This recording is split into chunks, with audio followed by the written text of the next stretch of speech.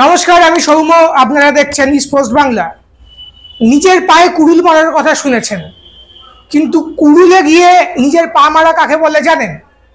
যদি না জানেন তাহলে আজকে মোদী সরকারের শিক্ষা মন্ত্রকের যে প্রেস কনফারেন্সটা হলো সেটা গিয়ে শুনুন, বুঝে যাবেন। ঘটনা কি? ঘটনা হচ্ছে যে ন্যাশনাল টেস্টিং এজেন্সি বা এনটিএ যে মেডিকেল জয়েন্ট, যে ন্যাশনাল লেভেলের মেডিকেল জয়েন্ট বলে, যাকে নিট বলে, NEET, তার পরীক্ষাটা সে পরিচালনা করে। এবং এই পরীক্ষাকে কেন্দ্র করে তার রেজাল্ট বেরোবার পরে স্ক্যামের অভিযোগ এসছে, দুর্নীতির অভিযোগ এসছে, প্রশ্ন ফাঁসের অভিযোগ এসছে, বিভিন্ন ধরনের অভিযোগ এসছে। তার উত্তর দিতে গিয়ে আজকে NTA-র যিনি ডাইরেক্টর সুবোধ কুমার সিং যা করলেন তাতে স্পষ্টভাবে যেটা বোঝা গেল, বা অনেকের যেটা মনে হতে পারে, যে NTA বা সরকার এখানে ছাত্রদের স্বার্থের থেকে বেশি স্ক্যামারদেরকে, দুর্নীতিবাজদেরকে আড়াল করার চেষ্টা করছেন। কেন এটা বলছি? কারণ যে অভিযোগগুলো ছিল সেই অভিযোগগুলো কি? একটা হচ্ছে প্রশ্ন ফাঁস হয়েছে।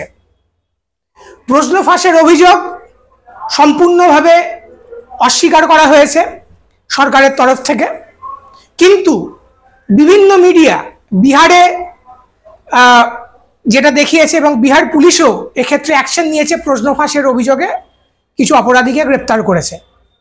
পরীক্ষার সময় গুজরাটে একটা সেন্টারকে দুষ্কৃতীরা নিয়েছিল, সেখানে ছাত্রদের হয়ে পরীক্ষা দিয়ে দেওয়া হচ্ছিল গুজরাটের গোধরায়। এবং খবরে যেটা দেখা যায় যে এই গোধরা সেন্টারটাতে গুজরাটের উড়িষ্যা, ঝাড়খণ্ড, মহারাষ্ট্র, কর্ণাটক থেকে ছাত্ররা ওই সেন্টারটাকে বেছে নিয়েছিল। সাধারণত মানুষ নিজের বাড়ির পাশে সেন্টার খোঁজে, কিন্তু কয়েক হাজার কিলোমিটার দূরে গোধরা সেন্টারটাকে বেছে নিয়েছিল। এটা গুজরাট পুলিশের বিরুদ্ধে অ্যাকশন নিয়েছে। যেটা আশ্চর্যজনকভাবে দেখা যায় যে নিটের যে সম্পূর্ণ মার্কস, সেই 720 নম্বর, এটা প্রত্যেক বছর একজন, দুজন বা তিনজন পায়। এইবার সেটা পেয়েছে 67 জন, এবং তাদের মধ্যে 6 জনই হচ্ছে হরিয়ানার একটা সেন্টারে পরীক্ষা দিয়েছে, সেই সেন্টারের ছাত্র। কিন্তু এত কিছুর পরেও, যেখানে কিনা পরীক্ষার সময় বা তার আগে একাধিকবার মিডিয়া এবং পুলিশ, বিভিন্ন রাজ্যের পুলিশ প্রশ্ন ফাঁস ধরেছে, সেখানে নিট পরীক্ষায় কোনো প্রশ্ন ফাঁস হয়নি এরকম বলছে মোদী সরকারের শিক্ষা মন্ত্রকের NTA-র যিনি ডিরেক্টর তিনি। শুধুমাত্র তাই নয়, আরেকটা যেটা সন্দেহের বিষয় যেটা জেগেছিল, সেটা হচ্ছে যে এই 720 নম্বর পেয়েছে 67 জন, এর বাদেও যেটা হয়েছে সেটা হচ্ছে অনেকে এই 718, 19 এরকম করে নাম্বার পেয়েছে, কিন্তু নিটের পরীক্ষার ধরনটাই এরকম। সেখানে 720 নয়তো 716 বা 15 এরকম পাওয়ার কথা নেগেটিভ মার্কিংয়ের জন্য বা কোশ্চেন অ্যাটেন্ড না করার জন্য, কিন্তু কোনোভাবেই 718, 19 এই নাম্বারটা আসতে পারে না। সেক্ষেত্রে ডাইরেক্টর যেটা বলেছেন সুবোধ কুমার সিং বলেছেন যে পরীক্ষায় অনেক সময় ডিলে হয়েছে কোশ্চেন পেপার পৌঁছাতে, বা বিভিন্ন রকমভাবে পরীক্ষায় ব্যাঘাত হয়েছে, সেই সময়টার জন্য কম্পেনসেট করা হয়েছে, গ্রেস মার্কস দেওয়া হয়েছে। এবার প্রশ্ন করা হয়েছে, সাংবাদিকরা প্রশ্ন করেছেন যে কিভাবে সেই গ্রেস মার্কসটা দেওয়া হলো। তখন যেটা বলা হয়েছে যে স্পিড এবং এফিসিয়েন্সির উপর ক্যালকুলেট করে এটাকে দেওয়া হয়েছে। খাতায় বসে কিছু ছাত্র সে মাল্টিপল কোশ্চেনের উপরে গোল গোল করে বাবল তৈরি করছে।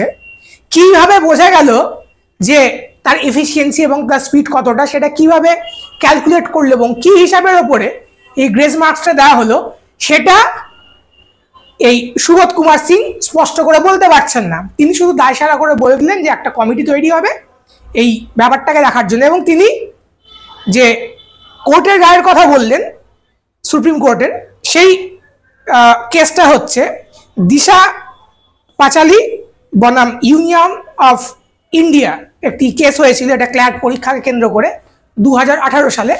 সেখানে যেটা হয়েছিল যে এই পরীক্ষাটা অনলাইন হচ্ছিল, বিভিন্ন পরীক্ষা সেন্টারে কম্পিউটার খারাপ হয়ে গেছিল, কম্পিউটার চালু হচ্ছিল না, তো এইসব সিসিটিভিতে ধরা পড়েছিল, কোর্টে কেস হয়েছিল। তখন কোর্ট বলেছিল যে সেই ছাত্র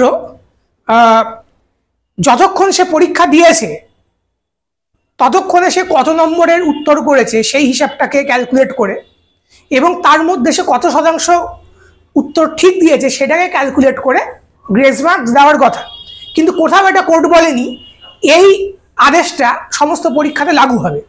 তাছাড়া ওটা বলা হয়েছিল অনলাইন পরীক্ষার ক্ষেত্রে, কারণ অনলাইন পরীক্ষায় কি হয়, একটা ক্যালকুলেশন থাকে, এই ক্যালকুলেশনটা করা সহজ। কিন্তু অফলাইন পরীক্ষায় এই ক্যালকুলেটটা কি করে করলো এই এনটিএ সেটা কারো কাছে ক্লিয়ার না। এবং এটা ক্লিয়ার নয় অনলাইন পরীক্ষা নিয়ে কম্পিউটার হ্যাং করে যাওয়া বা নেট খারাপ হওয়া বা স্লো হওয়ার জন্য এই সমস্যাটা হতে পারে, কিন্তু অফলাইন পরীক্ষায় কি করে এই সমস্যাটা হতে পারে, এটা একটা বড় প্রশ্ন। অন্যদিকে আমাদের যিনি এনটিএ ডিরেক্টর তিনি স্পষ্টভাবে জানিয়ে দিয়েছেন যে নতুন করে কোনো পরীক্ষা টরীক্ষা হচ্ছে না, কারণ 24 লাখ পরীক্ষার্থী 4750টা সেন্টারে পরীক্ষা দিয়েছে, তার মধ্যে মাত্র 6টা সেন্টারে 1600 মতো ছাত্রকে নিয়ে সমস্যাটা হয়েছে। অর্থাৎ এই 6টা সেন্টারে এই পরীক্ষা ডিলে হয়েছে। কিভাবে ডিলে হয়েছে অফলাইন পরীক্ষায় এটা বোঝা যাচ্ছে না, এবং 1600 মাত্র ছাত্র যারা এই গ্রেস নাম্বারটা পেয়েছে, এইটা হচ্ছে তার দাবি। সুতরাং এটা 1600 ছাত্রের বিষয়, 24 লক্ষ ছাত্রের বিষয় নয়। কিন্তু ছাত্ররা অভিযোগ করছে দুর্নীতির মধ্যে দিয়ে, হয় প্রশ্ন ফাঁসের মধ্যে দিয়ে বা তার সাথে এই পয়সা খেয়ে গ্রেস নাম্বারের দুর্নীতি করে এই ছাত্রদেরকে গ্রেস নাম্বার দিয়ে একটা সুবিধা পাইয়ে দেওয়া হয়েছে। তাহলে এই সমস্যাটা কি করে 1600 ছাত্রের সমস্যা হলো, 24 লক্ষ ছাত্রের সমস্যা হলো না, এটা কিন্তু বোঝা গেল না। কারণ 1600 ছাত্র যদি বেআইনিভাবে গ্রেস মার্কস পেয়ে থাকে তাহলে সেটা কিন্তু বাকি যে ছাত্ররা আছে যারা পরীক্ষা দিয়েছিল তাদের সবাইকে বঞ্চিত করা হলো, তাদের সাথে প্রতারণা করা হলো। এইখানে যেটা দেখা যাচ্ছে যে আরো একটা যেটা অভিযোগ ছিল, রেজাল্ট বেরোবার কথা ছিল 14ই জানুয়ারি, এই 14ই জুন, কিন্তু রেজাল্ট বেরিয়েছে 4 জুন, 4 জুন। 10 দিন আগে কেন রেজাল্ট বেরোলো?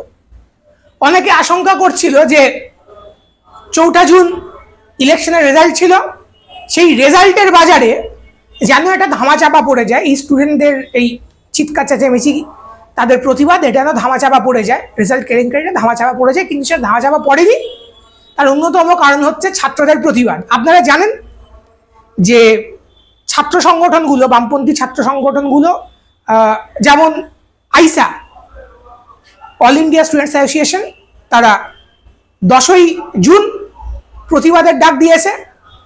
All India student federation AISF তারা 12ই জুন প্রতিবাদের ডাক দিয়েছে। এবং এছাড়াও যারা কোনো সংগঠন করে না সেই ছাত্ররা এবং যে কোচিংয়ে তারা পড়েছে সেই কোচিংয়ের টিচাররা, তারা এই দুর্নীতির প্রতিবাদে ইউটিউব ভিডিও বানাচ্ছে, বাইরের প্রোটেস্ট প্রোগ্রাম করছে। ফলত ইলেকশনের দিন এই রেজাল্টটা, এই গন্ডগোলের রেজাল্টটা পাবলিশ করেও কিন্তু রক্ষা হলো না। এই ইস্যুটা সামনে এলো এবং মোদী সরকার শপথ নেওয়ার আগেই স্টক মার্কেট কেলেঙ্কারির মতো আর একটা কেলেঙ্কারি সামনে এলো। তো এখানে এনটিএ কি বলছে? এনটিএ বলছে আমাদের আগে রেজাল্টের কাজ হয়ে গেছিল, তাই আমরা 14 তারিখ অবধি অপেক্ষা না করে 4 তারিখ অবধি করে দিয়েছি।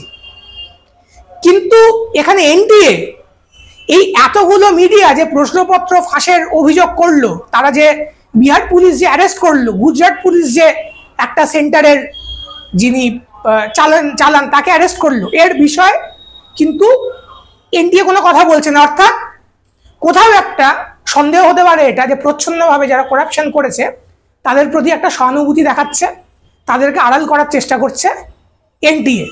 এইভাবে মোদী সরকারের শিক্ষামন্ত্রক নিজের পায়ে নিজের কুড়ুল মারলো, নিজের গায়ে দুর্নীতির কাদাটা মাগলো, তাদের দিকে প্রশ্ন ওঠাটা স্বাভাবিক। দুর্নীতি প্রশ্নপত্র ফাঁস এটা ভারতে নতুন নয়, কিছু ক্রিমিনাল এই কাজটা করে, সরকারের কাজ সেটাকে আটকানো, তাদেরকে শাস্তি দেওয়া, ছাত্রদের পক্ষে দাঁড়ানো। এখানে কিন্তু কোথাও মনে হচ্ছে প্রশাসন, মোদী সরকারের শিক্ষামন্ত্রক কোথাও ছাত্রদেরকে বঞ্চিত করে দুর্নীতিবাজদের পক্ষে দাঁড়াচ্ছে, দুর্নীতিটাকে তারা ইনস্টিটিউশনালাইজ করছে, যে অভিযোগ বিজেপি সরকার পশ্চিমবঙ্গের তৃণমূল সরকারের বিরুদ্ধে করে থাকে।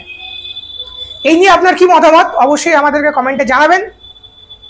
আমাদের চ্যানেলটিকে সাবস্ক্রাইব করবেন, বেল আইকনে প্রেস করবেন, তাহলে আমাদের আগামী ভিডিও আপনার কাছে পৌঁছে যাবে। শুভরাত্রি।